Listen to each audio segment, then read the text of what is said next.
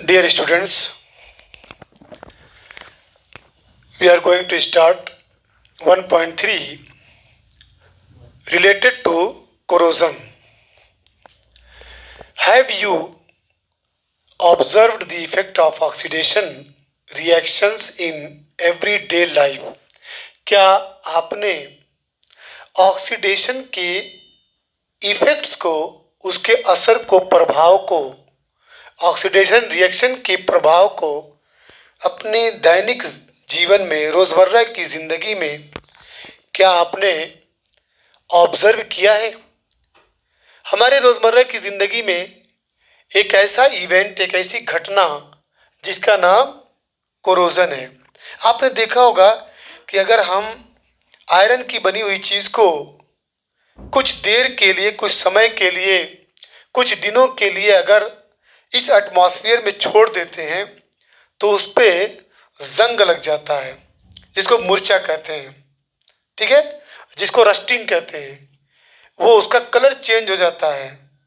उसी के बारे में हम पढ़ते जा रहे हैं कि वो ऑक्सीडेशन मतलब ऑक्सीजन से रिएक्शन कर लेता है, क्योंकि एटमॉस्फेयर में हवा है, नमी है, ठीक है, पाई जाती है, जिसकी वजह से कोई भी आयरन से बनी हुई चीज़ उससे रिएक्ट करके वो रस्ट हो जाती है। तो you must have observed that iron articles are shiny. आपने तो देखा होगा कि जो आयरन की बनी हुई चीज़ें होती है वो बहुत ही चमकदार होती हैं और नई जैसी दिखती हैं, but get coated with reddish brown powder.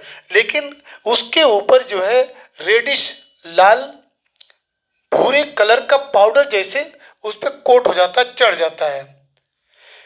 When left for some time, जब उस आयरन की बनी हुई चीज़ों को हम कुछ देर के लिए इस एटमॉस्फेयर में छोड़ देते हैं तो this process is commonly known as rusting of iron. तो इस प्रोसेस को हम किस नाम से जानते हैं? रस्टिंग ऑफ आयरन, कि आयरन के ऊपर जंग लग गया है, आयरन के ऊपर मूर्छा आ गया। Some other metals also get tarnished in this manner. कुछ दूसरे मेटल्स भी जो है टार्निश्ड हो जाते हैं इसी तरीके से, उसकी भी शाइनिंग गायब हो जाती है, उसके ऊपर भी क्या नाम है, रस्टिंग आ जाती है, यानी उसका कलर चेंज हो जाता है। Have you noticed the colour of the coating formed on copper and silver? क्या आपने कोटिंग का कलर जो कॉपर और सिल्वर के ऊपर आ जाता है, क्या आपने देखा है? When a metal is attacked by substances around it such as moisture, acids, it is said to corrode. जब किसी मेटल के ऊपर अटैक होता है बाई सब्सटेंसेस, इन सब्सटेंसेस का जो सच है, जैसे मॉइस्चर हो, नमी हो, एसिड हो, ईटीसी, तो उसको क्या कहा जाता है? क्रोड, ठीक है। And this process is called corrosion. इसी प्रोसेस का नाम क्या है? कोरोजन है। The black coating on silver and the green coating on copper are other examples of corrosion. जो सिल्वर के ऊपर काले कलर की कोटिंग होती है या कॉपर के ऊपर जो हरे रंग की कोटिंग होती है, ये कोरोजन के एग्जाम्पल्स हैं। Corrosion causes damage to car body. ये कोरोजन की वजह से जो कार की बॉडी है वो डैमेज, उसको नुकसान पहुंचता है, ठीक है।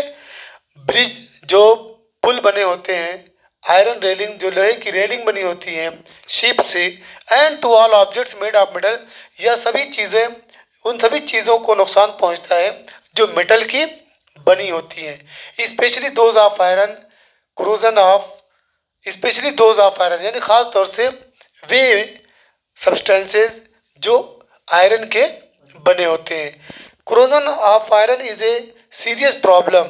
ये आयरन का जो कोरोजन है, जो आयरन के ऊपर रस्टिंग होती है, आयरन के ऊपर जो जंग लग जाता है, ये एक बहुत ही सीरियस प्रॉब्लम है। Every year an enormous amount of money is spend to replace damaged iron. मतलब हर साल बहुत ज़्यादा पैसा जो है इसको रिप्लेस करने में, इसके डैमेज आयरन को रिप्लेस करने में खर्च जाते हैं। तो you will learn more about corrosion in chapter 3। हम इसके बारे में डिटेल से चैप्टर 3 में पढ़ेंगे। क्लियर? अब आता है रायनसिडिटी। Have you ever tested or smelt the fat oil containing food materials left for a long time? आपने देखा होगा कि जो टेस्ट होता है किसका, फैट का या ऑयल कंटेनिंग फूड, वो फूड जिसके अंदर फैट हो, ठीक है, या ऑयल हो, वो कुछ दिन के लिए अगर छोड़ दिया जाए तो उसका टेस्ट क्या होता है, बदल जाता है। स्टार्टिंग में टेस्ट कुछ रहता है, बाद में जब कुछ दिन तक छोड़ दिया जाता है किन फूड को जो फैट या ऑयल से बने होते हैं या उसमें पकाए होते हैं। When fats and oils are oxidized, जब फैट और ऑयल्स जो ऑक्सीडाइज्ड हो जाते हैं यानी ऑक्सीजन इनके साथ जुड़ जाता है, ऑक्सीजन से रिएक्ट करते हैं, तो दे बिकम रैंसिड, ये रैंसिड हो जाते हैं। And their smell and taste change, और इनका स्मेल और टेस्ट क्या हो जाता है, बदल जाता है। Usually substances which prevent oxidation, antioxidants are added to foods containing fats and oil. Usually आमतौर पे क्या नाम है, सब्सटेंसेज कुछ ऐसे पदार्थ थे विच प्रिवेंट ऑक्सीडेशन, जो ऑक्सीडेशन को रोकते हैं, उनको एंटीऑक्सीडेंट कहते हैं। ये फूड में मिला दिए जाते हैं, उन फूड में जिनमें फैट होता है और ऑयल होता है, ताकि keeping food in air tight container helps to slow down oxidation. या फिर उन खाने वाली चीज़ों को हम एक ऐसे कंटेनर में रखते हैं जिसके अंदर क्या नाम है, इन एयर टाइट कंटेनर में, ठीक है, जिसके अंदर से वो ज़्यादा रैंसिड का शिकार ना हो, ताकि वो हेल्प कर सके स्लो डाउन ऑक्सीडेशन, ऑक्सीडेशन की जो क्रिया है उसमें कम हो सके और बहुत दिनों तक वो फूड जो है, ठीक है, बचा रहे। Do you know that chips manufacturers usually flush bags of chips with gas such as nitrogen to prevent the chips from getting oxidised.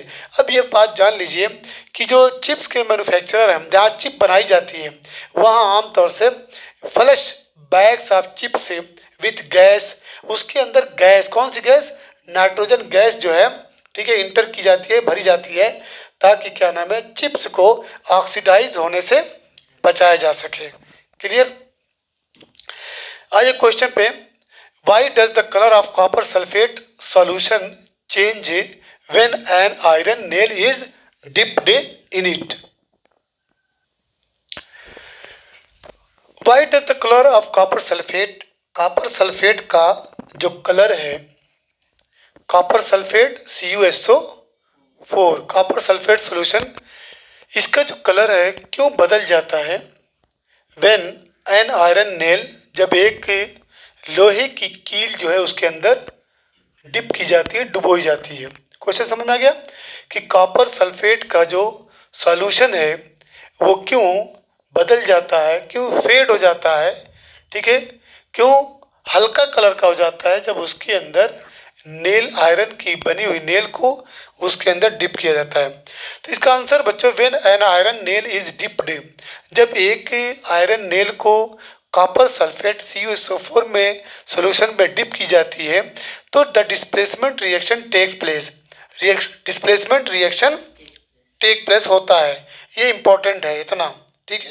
जब आप आयरन नेल को डिप करते हैं कॉपर सल्फेट सॉल्यूशन में तो कौन सा रिएक्शन होता है, डिस्प्लेसमेंट रिएक्शन होता है। The colour of copper sulphate, ये CuSO4 का जो कलर है वो फेड्स हो जाता है, हल्का हो जाता है, due to the formation of light green solution, ठीक है। किसकी वजह से, लाइट यानी हल्का ग्रीन कलर होता है किसका, फेरस सल्फेट सोल्यूशन का हल्का कलर बन जाता है, जिसकी वजह से वो क्या हो जाता है, हल्का हो जाता है। तो यहाँ पे Fe plus CuSO4, Fe iron, copper sulphate, FeSO4 plus copper. तो बस आपको ये लिखना है कि डिस्प्लेसमेंट रिएक्शन की वजह से उसका कलर जो है, कॉपर सल्फेट का कलर फेड्स होता है, हल्का हो जाता है, जिसकी वजह से, ठीक है, due to the formation of light green solution of ferrous sulphate.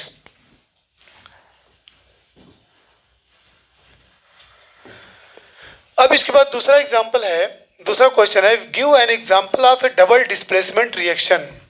Double displacement reaction का एग्जांपल दीजिए other than the one given in activity 1.10। Activity 1.10 में जो डिस्प्लेसमेंट रिएक्शन का एग्जांपल दिया गया है उसके अलावा, तो कोई भी दे दीजिए, सोडियम हाइड्रोक्साइड को HCl के साथ रिएक्शन कराइए। Sodium hydroxide NaOH, sodium hydroxide plus HCl क्या बनेगा? NaCl बनेगा प्लस H2O बनेगा। ठीक है, sodium chloride plus water. Balance है, बैलेंस है ना। देखिए यहाँ पे हाइड्रोजन एक, यहाँ पे हाइड्रोजन एक, दो हाइड्रोजन हो गया। एक दूसरा भी एग्जांपल ले लीजिए, silver nitrate AgNO3,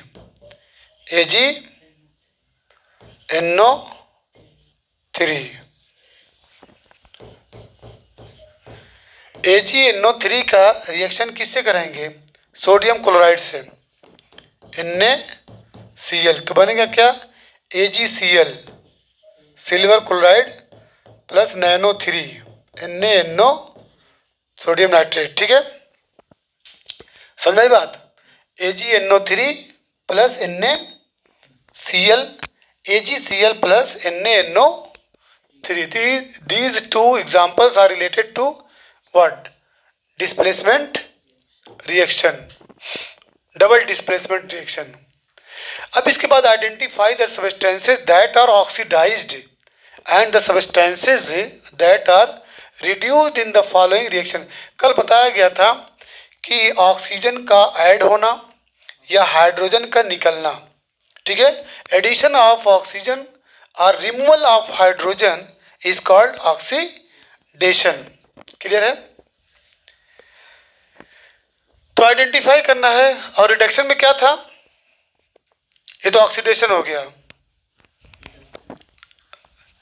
addition of oxygen, oxygen का जुड़ना, या रिमूवल ऑफ हाइड्रोजन, हाइड्रोजन का निकलना, ये ऑक्सीडेशन है। इसी का उल्टा कर दीजिए, removal of oxygen and addition of hydrogen will be reduction.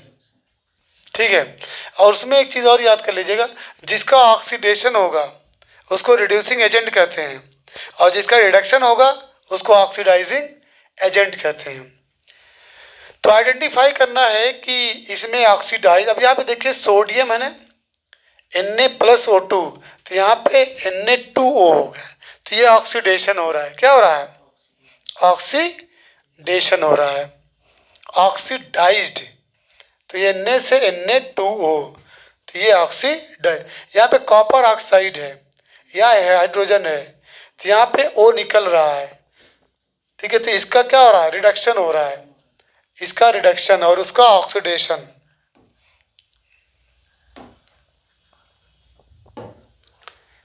ये आपका क्या लिखेंगे? ऑक्सीडेशन। ठीक है, इसका क्या है भाई? रिडक्शन है। अच्छा, इसका बताइए क्या है?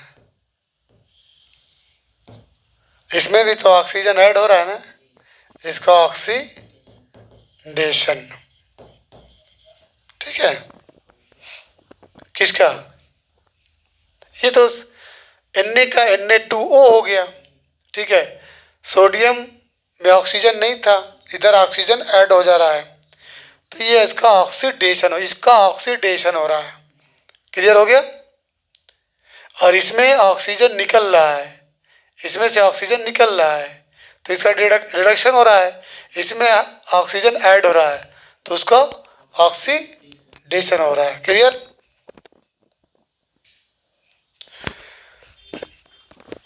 देखिए, ये ऑक्सीडाइज्ड और इसको रिड्यूस्ड। ठीक है, Na is oxidized and O2 is reduced, और यहाँ पे आपका ये रिड्यूस्ड और वो ऑक्सीडाइज्ड। चलिए, exercises. Which of the statements about the reaction below are incorrect? हमको ये बताना है कि इसमें कौन इनकरेक्ट है। अब यहाँ पे देखिए, लेड है, ऑक्साइड है, PbO plus carbon, solid form में, ये भी सॉलिड गैस फॉर्म में, PbO से बन रहा है Pb, ध्यान दीजिए, PbO से क्या बन रहा है, Pb बन रहा है, यानी रिमूवल ऑफ ऑक्सीजन है, ऑक्सीजन निकल रहा है और इसमें ऑक्सीजन ऐड हो रहा है। एक तरीके से यहाँ पे क्या बोल सकते हैं आप, इसका जो है क्या हो रहा है, इसका रिडक्शन हो रहा है, इसका क्या हो रहा है, reduction by removal of oxygen और addition of hydrogen is called reduction. इसका क्या हो रहा है, इसका ये ऑक्सीडेशन हो रहा है, ऑक्सीडेशन हो रहा है। अब यहाँ पे 4 ऑप्शन दिए हैं, lead is getting reduced, lead जो है रिड्यूस हो रहा है, लेड रिड्यूस हो रहा है, ठीक है, लेड रिड्यूस हो रहा है। क्या ये बात सही है कि गलत है? गलत है भाई, लेड ऑक्साइड ने रिड्यूस हो रहा है, बहुत ध्यान देना है, ये सेंटेंस रॉन्ग है। लेड खाली थोड़ी है, लेड ऑक्सीजन ऐड है ना, लेड ऑक्सीड, ठीक है, लेड ऑक्साइड, ठीक है, तो ये लेड लिखा, खाली lead is getting reduce, reduction तो हो ही रहा है, लेकिन किसका हो रहा है, लेड ऑक्साइड का, PbO का हो रहा है, ये खाली Pb लिखा, Pb को लेड कहते हैं, इसलिए गलत है। दूसरा, carbon dioxide is getting oxidized, carbon dioxide जो है वो ऑक्सीडाइज्ड हो रहा है, सही है, कैसे सही, कार्बन का ऑक्सीडेशन हो रहा है, ये लिख दे कार्बन डाइऑक्साइड, इधर कार्बन है भाई, तब ये ऐसा क्वेश्चन है जिसमें आप फंस जाएंगे। ये सेंटेंस में ध्यान दें, यहाँ लिखा है कार्बन डाइऑक्साइड, अगर खाली कार्बन लिखता तो सही रहता है। अब सी वाला देखिए, carbon is getting oxidized, carbon ये सही है। लेड ऑक्साइड, देखिए lead oxide is getting reduce, ये भी सही है, लेकिन क्वेश्चन ये था, ये भी ध्यान देना, इनकरेक्ट हमको बतलाना है, तो इसके जवाब में ए और बी आएगा, ए और बी लिखना है, मतलब जो सवाल, जैसा सवाल हो वैसा जवाब देना है, सवाल को बहुत ध्यान से मतलब पढ़ना है, ऐसा ना हो कि आप खुश हो गए, अरे यार लेड, हाँ इसका तो रिडक्शन हो रहा है, यहाँ देखिए लेड लिखा है, ये लेड ऑक्साइड है। चलिए इसके बाद है question number 2, Fe2O3 plus 2Al फिर Al2O3 प्लस 2Fe, ठीक है। अब पहले जान लीजिए कि इसको क्या पढ़ेंगे, Fe2O3 को फेरिक ऑक्साइड पढ़ेंगे, क्या पढ़ेंगे, हाँ ये याद रख लेना, ये फेरिक ऑक्साइड Fe2O3, वो एल्युमिनियम है, तो फेरिक ऑक्साइड कहिए या आयरन थर्ड ऑक्साइड बोल सकते हैं, या आयरन थर्ड ऑक्साइड, ठीक है, ये अभी से याद रख लेंगे तो आपको 11th में दिक्कत नहीं होगी, ठीक है। और ये आपका एल्यूमिनियम ऑक्साइड है, एल्यूमिनियम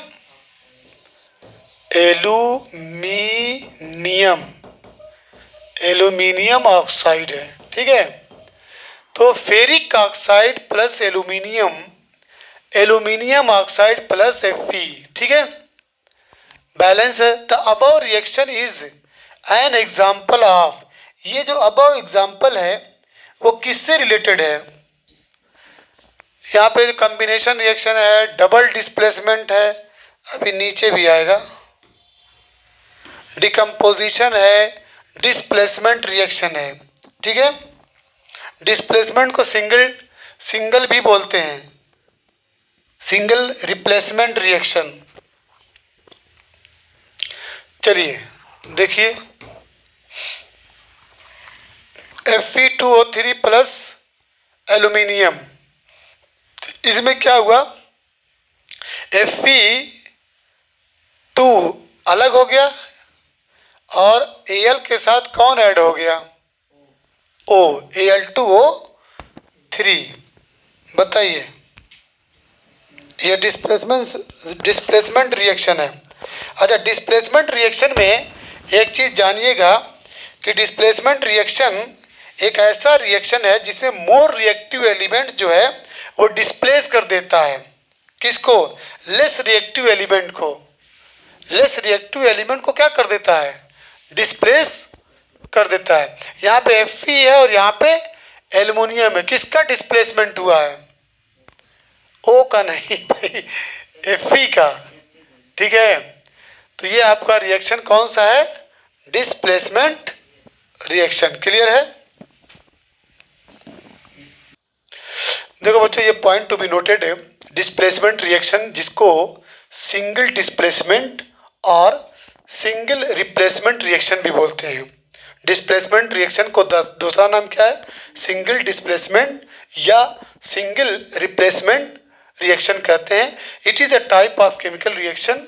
ये एक ऐसा केमिकल रिएक्शन है इन विच जिसमें अ मोर रिएक्टिव एलिमेंट, जिसमें एक अधिक, ठीक है, रिएक्टिव जो होता है, एक लेस रिएक्टिव होता है और एक वेरी एक्टिव होता है, स्ट्रॉन्ग रिएक्टिव। तो एक मोर रिएक्टिव एलिमेंट यानी स्ट्रॉन्ग रिएक्टिव एलिमेंट जो है डिस्प्लेस कर देता है, हटा देता है किसको? लेस रिएक्टिव एलिमेंट को, ठीक है, फ्रॉम इट्स कंपाउंड, अपने कंपाउंड से। इसका जनरल जो formula A plus B C, A plus B C equal A C. देखिए C इसके साथ आ गया, B को हटा दिया, AC प्लस बी। तो अब यहाँ पे जो है ये B जो है लेस रिएक्टिव है, B आपका लेस रिएक्टिव है और A आपका मोर रिएक्टिव है। यानी A मोर रिएक्टिव एलिमेंट और C आपका, अरे B आपका लेस रिएक्टिव एलिमेंट है। ये स्ट्रॉन्ग है और ये वीक है। अब इसका एग्जाम्पल देख लीजिए, Fe plus copper sulphate, FeSO4 plus copper. अब यहाँ पे जो है Fe जो है आपका मोर रिएक्टिव एलिमेंट है कंपेरिजन देन कॉपर के, कंपेरिजन देन कॉपर के। तो फेरस सल्फेट प्लस कॉपर अलग हो गया। दूसरा एग्जांपल है Zn plus copper sulphate, ZnSO4 हो गया। Zn ने कॉपर को क्या कर दिया? डिस्प्लेस कर दिया, रिप्लेस कर दिया, ठीक है, और उसकी जगह पे Zn आ गया। तो ये हाईली रिएक्टिव एलिमेंट है और ये लीस्ट रिएक्टिव एलिमेंट है। यहाँ पे देखिए कॉपर ZnSO4 नो रिएक्शन, क्यों? बिकॉज कॉपर जो है ये लेस रिएक्टिव एलिमेंट है कंपेरिजन देन किसके? जिंक के। जब हम आगे क्लास में इलेक्ट्रोकेमिकल सीरीज पढ़ेंगे तो उसमें आपको डिटेल बताया जाएगा कि कौन एलिमेंट किस एलिमेंट को रिप्लेस करेगा। आगे बढ़ें तो ये आपका डिस्प्लेसमेंट रिएक्शन पे आप निशान लगा दीजिएगा।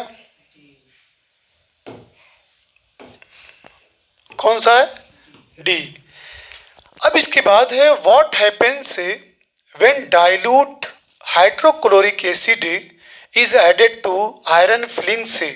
करेक्ट आंसर क्या होगा जब आप डाइल्यूट हाइड्रोक्लोरिक एसिड HCl को आप मिलाएंगे या ऐड करेंगे किसमें? आयरन फिलिंग्स के अंदर। जब आप उसको मिलाएंगे तो क्या होगा? Hydrogen gas and iron chloride produce होगी। ठीक है, पहला है कि hydrogen gas and iron chloride produce होगा। फिर दूसरा है chlorine gas and iron hydroxide are produce, no reaction take place, iron salt and water are produced. ठीक है, तो यहाँ पे सबसे पहले किस में मिलाना है भाई? Fe में। किससे में? यही तो आयरन है, इसमें क्या मिला रहे हैं? HCl। ठीक है, तो रिएक्शन आपको याद होगा FeCl2 क्या बना था? FeCl2। ये आपको एकदम लर्न बाय हार्ट कर लेना है। FeCl2 plus H2 hydrogen gas. Balance करना होगा तो इसको बैलेंस कर लीजिए। यहाँ पे देखिए क्लोरीन 2 है ना, 2 से मल्टीप्लाई कर दीजिए, हाइड्रोजन 2 हो गया, हाइड्रोजन 2 ऑलरेडी है। क्लियर है? Fe1 है तो Fe1 है ही है। ठीक, FeCl2 क्लोरीन 2 है, हाइड्रोजन भी 2 हो गया। तो hydrogen gas and iron chloride, iron chloride देखिए FeCl2 ये आयरन क्लोराइड है, ये प्रोड्यूसर का पहला ऑप्शन है इसका सही है। ठीक है, इसका नाम याद रखिएगा, फेरस से फेरस क्लोराइड है बच्चों। इसका नाम क्या है ये ज़रूर याद रखिएगा, फेरस क्लोराइड। किसका? हाँ, आयरन क्लोराइड बोला है इसको, आयरन सेकंड क्लोराइड बोलते हैं, iron second chloride, ferrous chloride, ठीक है, FeCl2 प्लस H2। अब इसके बाद what is the balanced chemical equation, why should chemical equation balanced. ये वेरी वेरी इंपॉर्टेंट है कि एक बैलेंस्ड केमिकल इक्वेशन क्या है। बैलेंस्ड केमिकल इक्वेशन, भाई बैलेंस्ड केमिकल इक्वेशन क्या है? आप रिएक्टेंट और प्रोडक्ट, यही तो केमिकल इक्वेशन में है। रिएक्टेंट के एटम जितने हैं, मॉलिक्यूल जितने हैं, आयंस जितने हैं, प्रोडक्ट के इक्वल कर दीजिए, ताकि क्या नाम है, law of conservation of mass को बैलेंस किया जा सके। मतलब रिएक्टेंट जितने होने चाहिए, ठीक है, रिएक्टेंट के एटम्स, रिएक्टेंट के मॉलिक्यूल्स, रिएक्टेंट के आयंस सेम होने चाहिए जितना उधर प्रोडक्ट बन रहा है, ठीक है। तो इसको बैलेंस्ड केमिकल इक्वेशन कहते हैं, इसको लिख लीजिए। चलिए, तो इसका आंसर है a balanced chemical equation has an equal number of atoms. इसमें जो है बराबर नंबर में एटम्स रहते हैं ऑफ डिफरेंट एलिमेंट, जितने भी एलिमेंट्स उस रिएक्टेंट और प्रोडक्ट के अंदर हैं, रिएक्टेंट लेफ्ट हैंड साइड और प्रोडक्ट राइट हैंड साइड में जितने एटम्स हैं मस्ट बी बैलेंस्ड।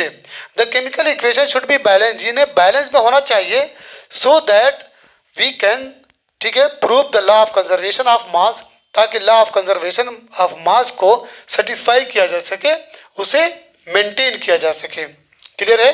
बस इतना आप लिख देंगे। अगर न याद हो पाए तो खाली इतना लिख देंगे कि ऑल दी एटम्स, ठीक है, all the molecules, all the ions related to reactants must be equal to the same as product। चलिए, question number 5 translate the following statement into chemical equation and then balance them. ये very very important है।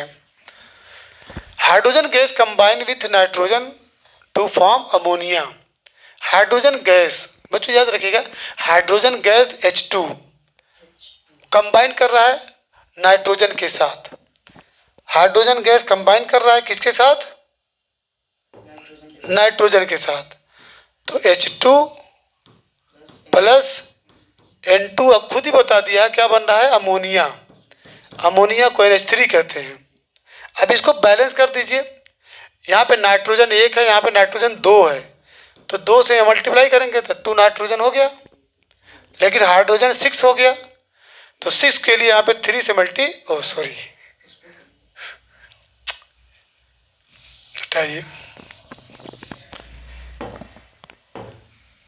ये आपका hydrogen, ये आपका nitrogen, मिला क्या, ammonia, ammonia NH3।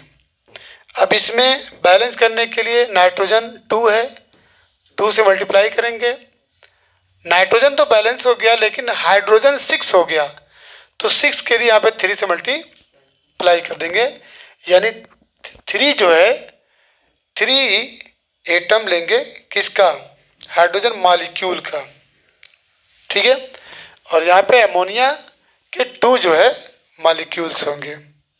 Clear हो गया? सही है। अगला देखिए,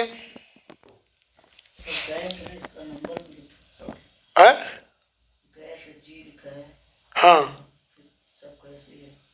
अच्छा वो कोई ज़रूरी नहीं है, यही कहना चाहते हैं ना। ये आपका हाइड्रोजन क्या है, गैस है, तो यहाँ पे G लिख दीजिएगा, ठीक है। ये भी आपका G, अमोनिया भी आपकी क्या है, यही ना। B है hydrogen sulphide gas burns in air to give water and sulphur dioxide. Hydrogen sulphide का फार्मूला H2S होता है बच्चों, H2S, हाइड्रोजन सल्फाइड को H2S कहते हैं। एयर बोलेंगे तो O2 लेंगे, बनेगा क्या, water and sulphur dioxide. चलिए, तो हाइड्रोजन सल्फाइड का फार्मूला H2S प्लस O2 क्या क्या बना है, sulphur dioxide and water and sulphur dioxide. तो ये वाटर बना है। Sulphur dioxide. अरे ठीक है, चलिए वही लिख दीजिए, उससे कोई नहीं। Sulphur dioxide plus water. Clear.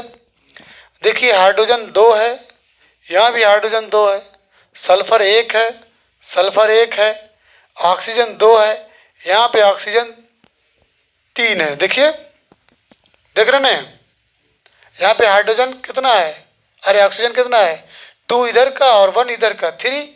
लेकिन यहाँ पे 1 मॉलिक्यूल ऑफ ऑक्सीजन, तो इसको बैलेंस करना है। अब ज़रा सोचिए, अगर आप ऑक्सीजन को बैलेंस कर रहे हैं, ठीक है, तो 2 से मल्टीप्लाई कर दीजिए, 2 से 3 से करेंगे। ऑक्सीजन में 3 से रिएक्टेंट में प्रोडक्ट में 2 से। इसमें 2 से मल्टीप्लाई करेंगे तो 4 ऑक्सीजन हो जाएगा, हाइड्रोजन 4 हो जाएगा। ठीक है, हम चेक करते हैं। मान लीजिए हमने इसमें 2 से मल्टीप्लाई कर दिया, हाइड्रोजन कितना हो गया 4। इसमें 2 से मल्टीप्लाई कर देंगे, हाइड्रोजन कितना हो गया 4, लेकिन सल्फर हो गया 2। यहाँ पे सल्फर कितना है, अब 2 यहाँ पे 2 2 4, 2 2 जा 4, 4 2 जा 6, यहाँ पे आपको 3 से मल्टीप्लाई करना पड़ेगा। क्लियर, समझ आया? ये आपका बैलेंस्ड हो गया। रिएक्टेंट में सिर्फ किया 3 से। किस में? ऑक्सीजन नहीं, 3 2 जा 6, यहाँ पे 6 ऑक्सीजन हुआ, यहाँ पर भी 2 2 जा 4 और 2 6, यहाँ भी 6 हो गया, ऑक्सीजन बैलेंस हो गया। हाइड्रोजन 4 है, यहाँ भी हाइड्रोजन 4 है, सल्फर 2 है, सल्फर भी 2 है, हो तो गया बैलेंस। नहीं क्लियर हुआ? नहीं, उसमें क्या है, आंसर में क्या दिया है? इसमें दिया है ऑक्सीजन में 3 से मल्टीप्लाई किया सिर्फ, अब और जो प्रोडक्ट में हाइड्रो H2O है उसमें 2 से मल्टीप्लाई किया। H2 है? नहीं, इसमें नहीं नहीं, तुम ये कहना चाहते हो ना कि H2S में कुछ नहीं है, और इसमें 3O2 कर दिया है, और इधर क्या है, SO2 है, ऐसा ही है, और ये 2H2O है, सही है ना? 2 ऑक्सीजन 2 ऑक्सीजन, 4 ऑक्सीजन हुआ, इधर कट बैठा है 6 हो, ऐसे बैलेंस हुआ। अरे ठीक है, मिस्टेक हो गई।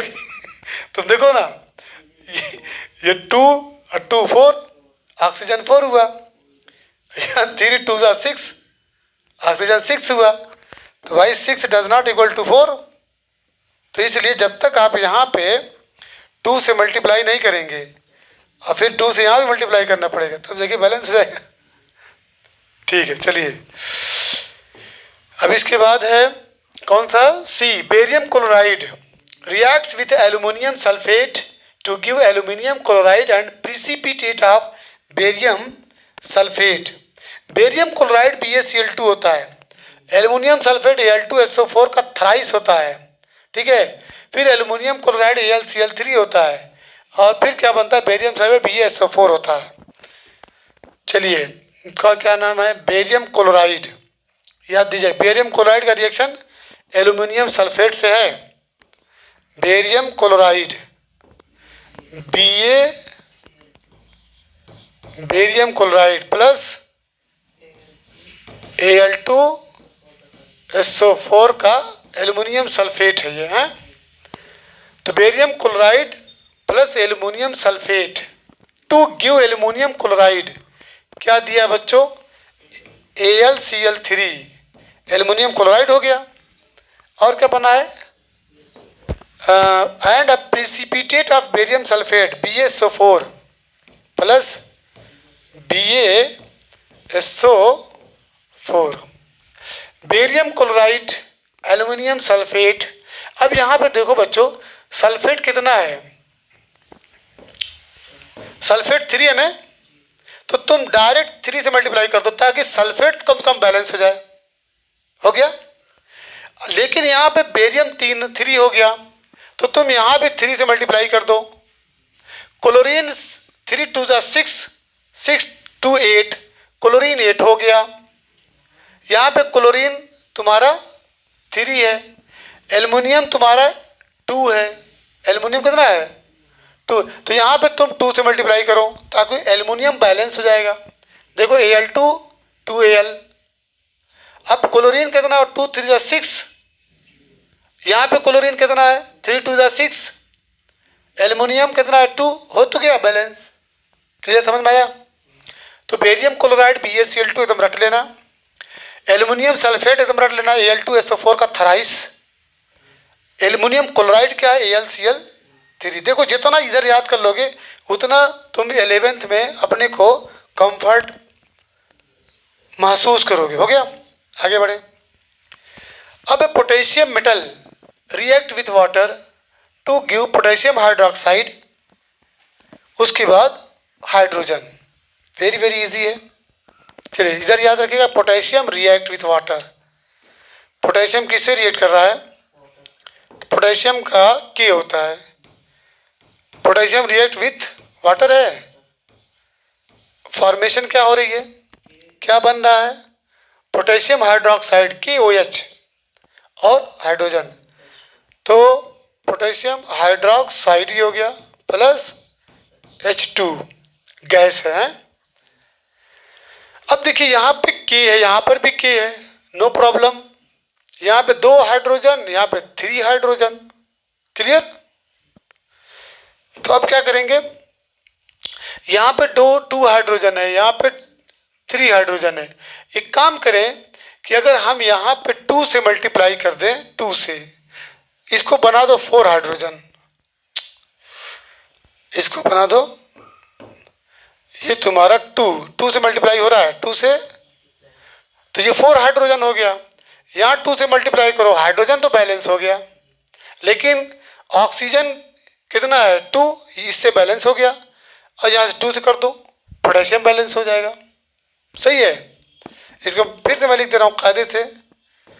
तो ये हो गया 2K plus 2H2O equal 2KOH plus H2। Clear? चलिए इसके बाद tomorrow we will study from question number 6 से।